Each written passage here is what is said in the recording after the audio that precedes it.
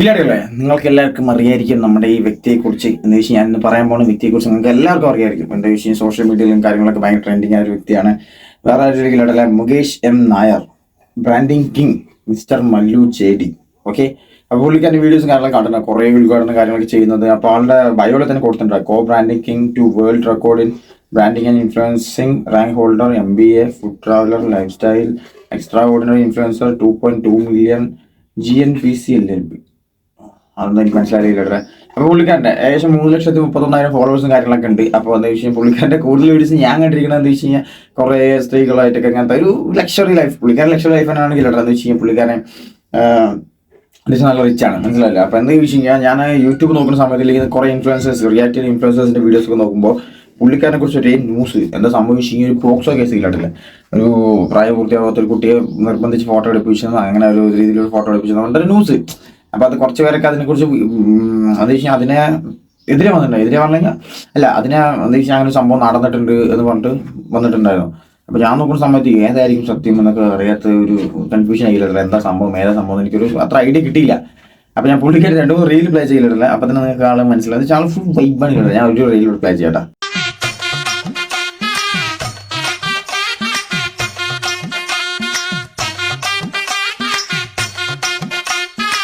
അപ്പോൾ ഇങ്ങനത്തെ കുറേ വീഡിയോസ് ആണ്. എന്താ വെച്ച് കഴിഞ്ഞാൽ ഇങ്ങനെ ഓരോ ഇപ്പോൾ സ്ത്രീകളായിട്ടുള്ള അങ്ങനത്തെ കുറേ വീഡിയോസൊക്കെയാണ് പുള്ളിക്കാരൻ കൂടുതൽ ഇടാറ്. എന്ന് വെച്ച് കഴിഞ്ഞാൽ അത് ഓഡിയൻസിന് അതായിരിക്കും ഇഷ്ടമെങ്കിൽ മനസ്സിലായില്ല. എന്ന് വെച്ച് കഴിഞ്ഞാൽ അങ്ങനെ ആയിരിക്കും. പക്ഷേ പുള്ളിക്കാരൻ കുറേ ഉദ്ഘാടനം കാര്യങ്ങൾ അങ്ങനെയൊക്കെ ചെയ്തിട്ടുണ്ട്. അത്യാവശ്യം എന്തോ റെക്കോർഡിങ് കാര്യങ്ങളൊക്കെ ഉണ്ട്. അപ്പോൾ ഞാൻ ഈ അങ്ങനെ ന്യൂസ് വന്ന സമയത്ത് പുള്ളിക്കാരനൊരു വീഡിയോ ഇട്ടു ഇൻസ്റ്റാഗ്രാമിൽ. എന്താ വെച്ച് കഴിഞ്ഞാൽ ഇതൊക്കെ നുണയാണ്, ഇല്ലെങ്കിൽ എനിക്കെതിരെയുള്ള ഓപ്പോസിറ്റ് ഇൻഫ്ലുവൻസേഴ്സ് ഇങ്ങനെ ചെയ്യുന്നതാണ്, എൻ്റെ ആ ഒരു ഇമേജ് പോകാൻ വേണ്ടിയിട്ടാണ് പുള്ളിക്കാരൻ വീഡിയോ ഇട്ടു.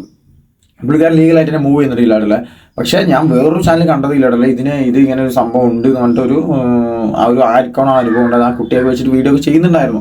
അതെനിക്ക് മനസ്സിലായില്ല അത്ര, അതുകൊണ്ടാണ് ഞാൻ ആ വീഡിയോ എടുത്ത് വെക്കാത്ത ഇല്ലാടല്ല. അത് കുറേ പേര് ചെയ്തിട്ടുണ്ട്. അപ്പോൾ ഞാൻ പുള്ളിക്കാരൻ നമ്മുടെ മുകേഷ് നായർക്ക് എന്താ പറയാനുള്ളതെന്ന് ചോദിക്കാതല്ല ആളെ വീഡിയോ ഇട്ടിട്ടുണ്ട് ആളുടെ ഇൻസ്റ്റാഗ്രാം പേജിൽ. അപ്പോൾ നമുക്ക് ആ വീഡിയോ ഞാൻ അവിടെ വയ്ക്കാം, എന്നിട്ട് ഞാൻ ബൈ പറയാം. നമസ്കാരം. നിങ്ങളെപ്പോലെ തന്നെ ഞാനും വാർത്ത കണ്ട് ഞെട്ടിയിരിക്കുകയാണ്. സത്യം പറഞ്ഞു കഴിഞ്ഞാൽ ഫാബ്രിക്കേറ്റഡ് കേസാണ്. ഈ ഒരു കേസ് ഫാബ്രിക്കേറ്റഡ് ആണെന്ന് തെളിയിക്കാനുള്ള സകല തെളിവുകൾ എൻ്റെ കയ്യിലുണ്ട്. ഞാനത് എൻ്റെ അഡ്വക്കേറ്റ് ട്രിവാൻഡ്രത്തുള്ള അഫ്സൽ ഖാൻ, അദ്ദേഹം വഴി, വഞ്ചിയൂരുള്ള അഫ്സൽ ഖാൻ, അദ്ദേഹം വഴി കോടതിയിൽ ഹാജരാക്കിയിട്ടുണ്ട്. അപ്പോൾ അതിന് സമയമെടുക്കും.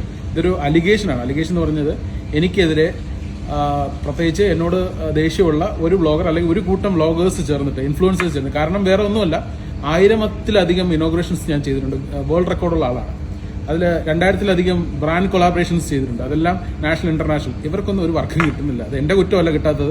അപ്പോൾ അതുകൊണ്ട് പിന്നെ ഞാൻ ഒരു ബിസിനസ്സുകാരനും കൂടെയാണ്, കമ്പനിയുടെ ഒരു CEO ആണ്. മുമ്പ് വർക്ക് ചെയ്യുന്ന ഏരീസ് ഗ്രൂപ്പ് ഓഫ് കമ്പനീസിന്റെ CEO ആയിട്ടാണ്. അപ്പോൾ അത്തരത്തിലുള്ള ഒരു പ്രൊഫൈലിൽ നിന്നാണ് ഞാൻ വരുന്നത്. അപ്പോൾ എൻ്റെ ഒരു ഇൻഫ്ലുവൻസറായിട്ട് ഞാൻ അവിചാരിതമായി മാറിയതാണ്. അല്ലെങ്കിൽ ഒരു നല്ലൊരു ലൈഫ് സ്റ്റൈലിൽ ജീവിച്ചുകൊണ്ടിരുന്ന, അല്ലെങ്കിൽ ഇപ്പോഴും പൊയ്ക്കൊണ്ടിരിക്കുന്ന ഒരാളാണ്. അപ്പോൾ അങ്ങനെ ഒരു കമ്പനി പ്രൊഫൈലിൽ ഇരുന്നിട്ട് അവിചാരിതമായിട്ട് ചില വീഡിയോകൾ ചെയ്തപ്പോൾ ആൾക്കാർ നമ്മളെ പ്രൊമോഷന് വിളിക്കുകയും, അപ്പോൾ അത്തരം ഇനോഗ്രേഷൻസ് 1000-ത്തിലധികം ഇനോഗ്രേഷൻസ് ചെയ്യുകയും അല്ലെങ്കിൽ ബ്രാൻഡ് കൊളാബറേഷൻസും ചെയ്യുകയും ചെയ്തിട്ടുള്ള ആളാണ്. അപ്പം കുറേ നാളായി ഇതിൻ്റെ പുകച്ചിൽ തുടങ്ങി. എനിക്കെതിരെ സോഷ്യൽ മീഡിയയിൽ ഒരുപാട് സ്മിയർ ക്യാമ്പയിൻസ് നടന്നിട്ടുണ്ട്. ഞാൻ അതൊക്കെ കണ്ടില്ല എന്ന് വെച്ച് പ്രതികരിച്ചിട്ടില്ല, ഇതുവരെ പ്രതികരിച്ചിട്ടില്ല. പക്ഷേ ഇത് ആദ്യമായിട്ടാണ് ഇങ്ങനൊരു പെണ്ണ് കേസ്. കാരണം ഒരാളെ ഒരു പെണ്ണ് കേസിൽ കുടുക്കിയാൽ, അല്ലെങ്കിൽ അവനെ ഒന്ന് ഇങ്ങനത്തെ ഒരു കേസ്, അല്ലെങ്കിൽ പോസ്കോ എന്നൊക്കെ പറയുമ്പോൾ ആൾക്കാർ ഇനി പ്രൊമോഷനോ ഇനോഗ്രേഷനോ ഒക്കെ വിളിക്കാൻ മടിക്കും. ഒന്നുമില്ല. ഇതിൻ്റെ ഒരു സത്യാവസ്ഥ എന്ന് പറയുന്നത്, ഈ പറയുന്ന ആള് ഈ പെൺകുട്ടിയെ വെച്ചിട്ട് കളിച്ച കളിയാണ്. അതിനെല്ലാ പ്രൂഫും എൻ്റെ അടുത്തുണ്ട്. എനിക്ക് കൂടുതൽ അധികം ഒന്നും പറയാൻ പറ്റില്ല, കാരണം കോടതിയിൽ കേസുള്ളതുകൊണ്ട് എനിക്കൊന്നും പറയാൻ പറ്റില്ല.